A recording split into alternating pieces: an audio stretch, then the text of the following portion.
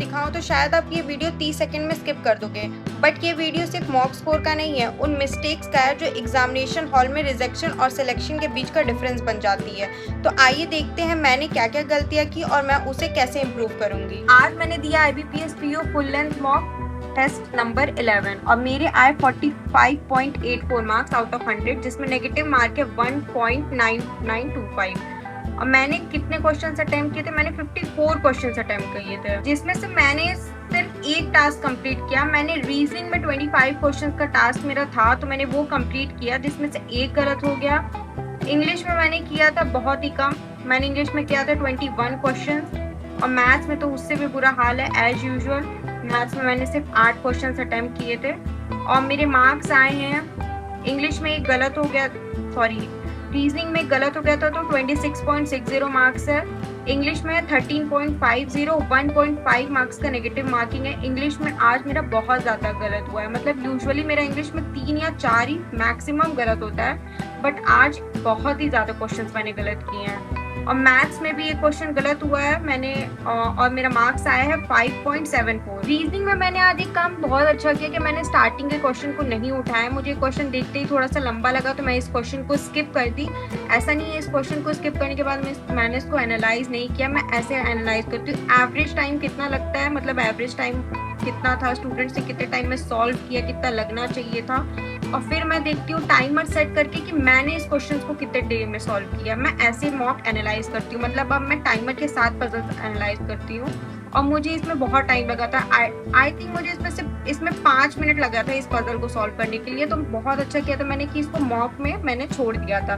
Second question ये edges वाला question थोड़ा सा टाइम टेकिंग होता है, इसलिए मैं हमेशा इसको प्रेफर करती हूँ लास्ट मिनट। बट ये था ना, आज रीजनिंग में मेरे 25 क्वेश्चन, बहुत मतलब 25 क्वेश्चन करने के बाद मेरे पास 3 मिनट का समय बचा था, और 3 मिनट में मैंने इस पजल को सॉल्व करने की कोशिश की थी, बट ये पजल सॉल्व हो नहीं पाया मुझसे, मतलब 3 मिनट नहीं सॉल्व हो पाया, जबकि इसका एवरेज टाइम ही 2-2.5 मिनट है, बट मैं 3 मिनट में भी इसको सॉल्व नहीं कर पाई, तो मैंने इसको मतलब मेरा टाइम ही खत्म हो गया था।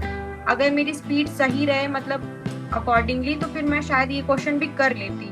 फिर नेक्स्ट क्वेश्चन पे बढ़ते हैं। एक ये क्वेश्चन आया था 1 मार्क्स का, ये मैंने कर लिया था। फिर ये आया है कुछ इनइक्वालिटी, ये सब तो कर ही लिया था। फिर एक सर्टेन नंबर ऑफ पर्सन, मैंने सबसे पहले यही क्वेश्चन सॉल्व किया। मैंने बताया कि सर्टेन नंबर ऑफ पर्सन वाला क्वेश्चन मेरे से बहुत जल्दी सॉल्व होता है, तो मैं इसको कभी स्किप नहीं करती हूँ, और मैंने इसको सबसे पहले सॉल्व किया। एग्जाम में आपको ये देखना है ना कि आप जिन क्वेश्चंस में आपकी पकड़ अच्छी है, आप पहले उन्हीं क्वेश्चंस को सॉल्व करें, क्योंकि जैसे जैसे एग्जामिनेशन हॉल में या मॉक भी आप दे रहे हो, क्वेश्चन सॉल्व होता है ना, तो कॉन्फिडेंस अपने आप ही बढ़ता रहता है। आज की मॉक, मतलब मेरा आज का रीजनिंग का मॉक अच्छा, मेरे पास 3 मिनट एक्स्ट्रा बचा था, बट मैं तो उसको यूज नहीं कर पाई।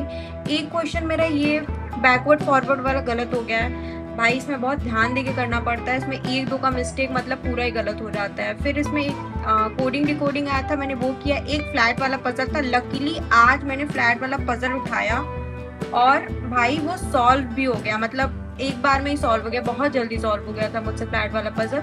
और एक पजल आया था ये वीक डेज वाला, मतलब वीकली वाला आया था, तो ये मतलब ओवरऑल रीजनिंग का मैंने 2 ही मतलब छोड़ा, 2-1 छोड़ दिया, बट 3 मिनट मेरे पास लेफ्ट से जो मैं यूज नहीं कर पाई ऑब्वियसली। नेक्स्ट बढ़ते हैं इंग्लिश में। इंग्लिश में मेरा बहुत क्वेश्चन गलत हुआ है, 1 2 3 4 5 6 क्वेश्चन मैंने गलत किए हैं भाई। मतलब मैं कभी इंग्लिश में 3 क्वेश्चन या 4 क्वेश्चन से ज्यादा गलत नहीं करती हूँ, पता नहीं आज कहाँ से 6 क्वेश्चन गलत हो गया। तो मतलब ये क्वेश्चन, पहला क्वेश्चन तो मैं थोड़ा सा स्किप की थी, इसको मैंने एंड में किया था, मुझे थोड़ा सा इसमें कंफ्यूजन हो रहा था तो मैंने नहीं किया। बाद में मैं एनालाइज, और मैं सबसे बड़ी चीज पता है क्या करती हूँ, मैं जब एनालाइज करती हूँ ना इंग्लिश, तो मैं यहाँ से री अटेम्प्ट ऑन कर देती हूँ, ताकि मुझे आंसर ना दिखे कि आंसर एक्चुअल क्या है, और फिर मैं इसके बाद अपने हिसाब से लगाती हूँ, फिर मुझे पता चलता है कि मेरा गलत है, नहीं सही है, या जो भी है। और इसके बाद यहाँ से मैं नीचे जाके चेक, और मैं एक और चीज़ करती हूँ, जितने भी वर्ड मीनिंग, मैं आपको ये भी बता रही हूँ, जितने वर्ड मीनिंग आते जाए ना इन सब में, आप नीचे स्क्रॉल करेंगे ना तो सबके वर्ड मीनिंग्स दिए रहते हैं। तो ऐसा नहीं है सिर्फ जो क्वेश्चन है बस आप उसी का वर्ड मीनिंग समझे,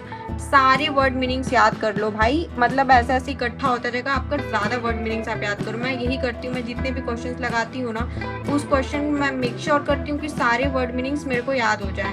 फिर इसमें से मेरा एक क्वेश्चन गलत हो गया था, हाँ इसमें फॉर्मिडेबल किया था मैंने, इसमें सॉरी नो रिप्लेसमेंट रिक्वायर्ड था, मैंने ये कर दिया था। मुझे इसमें थोड़ा कन्फ्यूजन हो रहा था, मुझे लगा था शायद मे बी ये हो, बट गलत हो गया। और फिर इसके बाद एक ये गलत हो गया था, सही में इसमें मुझे टाइम भी लगा तो मुझे लग भी रहा था कि गलत हो जाएगा। बाकी ये सारे क्वेश्चन तो मेरे सही थे। फिर ये ग्रामर वाला क्वेश्चन मैंने छोड़ दिया था क्योंकि मुझे कन्फ्यूजन था, मैं कोई गलती नहीं करना चाहती थी। यहाँ पे एक रिटेन वाला क्वेश्चन गलत हो गया। मुझे पता है बहुत ज़्यादा मतलब फीलिंग आ रही थी कि ये 1 और 2 ही होगा, मैंने इसको मार्क किया, पता नहीं मैं क्या सोच के यहाँ पे ये मार्क की थी भाई।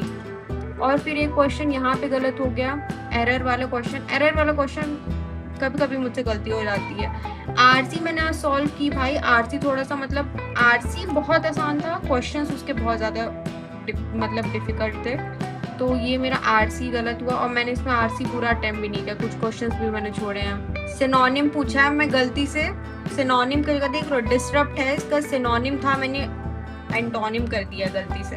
टैलेंटेड मेरे जैसे टैलेंटेड लोग ही कर सकते हैं, वेरी गुड। और यही सब क्वेश्चन है, ये सब इंग्लिश में गलत हुआ है। मैं बता दे रही हूँ मैं कैसे एनालाइज करती हूँ। मैं यहाँ पे रीअटेम्प्ट ऑन कर लेती हूँ, फिर इसके बाद मैं जाके नीचे से पूरा चेक कर लेती हूँ। कोई वर्ड मीनिंग है तो वर्ड मीनिंग देख लेती हूँ, एरर है तो एरर में भी मैं ये देखती हूँ कि किस में कितना एरर है, किस में क्या सही था, किस में क्या गलत है, किस वजह से मैंने पहचान पाई। मैथ्स में मैंने कितने क्वेश्चन किए थे, 5, 6, 7, 8 क्वेश्चन किए थे, जिसमें से 8 किया, उसमें भी एक गलत कर दिया मैंने। पहली डीआई आई थी जो मैंने छोड़ दी थी, इसलिए क्योंकि ये थोड़ी सी डिफिकल्ट नहीं थी, मतलब ये थोड़ी लेंथी डीआई थी, इसलिए मैंने इसको स्किप किया था। इसके बाद मैं इसको लगाई, ऐसा नहीं है मैं नहीं लगाई थी, मैं सॉल्व की, मुझसे सॉल्व हो गया था। ये 1-2 क्वेश्चन मेरा इसमें फंसा था, शायद एक क्वेश्चन फंसा था, मुझे याद नहीं आ रहा है। नहीं, इसमें तो मेरा कोई क्वेश्चन नहीं फंसा था, ये मुझसे बहुत आराम से लग गई थी। नंबर सीरीज में कभी नहीं करती हूँ, नंबर सीरीज में हमेशा छोड़ देती हूँ, क्योंकि मुझे नंबर सीरीज में बहुत टाइम लगता है। एक तो दिमाग लगाओ पैटर्न वैटर्न का, इससे अच्छा मैं अरिथमेटिक का क्वेश्चन कर लेती हूँ, तो ये मैंने छोड़ दिया था। फिर एक डीआई आई थी, ये सॉल्व किया मैंने, ये डीआई मैंने सॉल्व किया था। एक ये क्वेश्चन सॉल्व किया था अरिथमेटिक का, एक ये क्वेश्चन सॉल्व किया था मैंने, बट ये मेरा गलत हो गया था। ये इसमें बोथ मैंने लगा दिया था, इसमें नीदर नॉर होगा, पता नहीं क्या था। और मुझे इसमें से ना मैं एक ये क्वेश्चन सॉल्व की थी, बट मेरा पता नहीं क्यों इसका आंसर ही नहीं आ रहा था, मतलब इसको मैंने बहुत टाइम दिया है, इसका एवरेज टाइम है 16 मिनट, और आप देख सकते हैं यहाँ पे मुझे दिखा रहा है कि मैंने 2.5 मिनट इसमें लगाया, 2.5 मिनट के बाद भी इसका मेरा एक सही आंसर नहीं आया। मैं कुछ तो कैलकुलेशन मिस्टेक कर रही थी। बाकी इसमें आपको देखिए इसमें 32 मिनट्स लगने चाहिए, बट मुझे 1 आवर मतलब 1 आवर कह रही हूँ, मुझे 1.5 मिनट लगा, मतलब इसमें मेरी स्पीड स्लो है। फिर ये क्वेश्चन में 1 मिनट लगना चाहिए, मैंने 3 मिनट लगाए। फिर इस क्वेश्चन में 2 मिनट लगना चाहिए था, मैंने 3 मिनट 20 सेकंड लगा दिया। भाई यहाँ से पता चलता है ना, मैं ये चेक करती हूँ कि एक्चुअल में कितना टाइम लगना चाहिए था। अगर मतलब 10-20 सेकंड 30 सेकंड का डिफरेंस होना एक बार के लिए फिर भी सही है, बट इतना ज़्यादा डिफरेंस भी नहीं सही है। एक ये क्वेश्चन था, ये मैं सॉल्व की थी, मेरे से सॉल्व नहीं हुआ था। ये क्वेश्चन मैं सॉल्व की थी, आप देखिए इसमें मैंने 3 मिनट वेस्ट किया और ये क्वेश्चन मेरा सॉल्व नहीं हुआ, मतलब इसमें पता नहीं क्या मिस्टेक। इसको मैंने 2 बार सॉल्व किया, ये सॉल्व नहीं हुआ, इसको मैंने स्किप कर दिया था।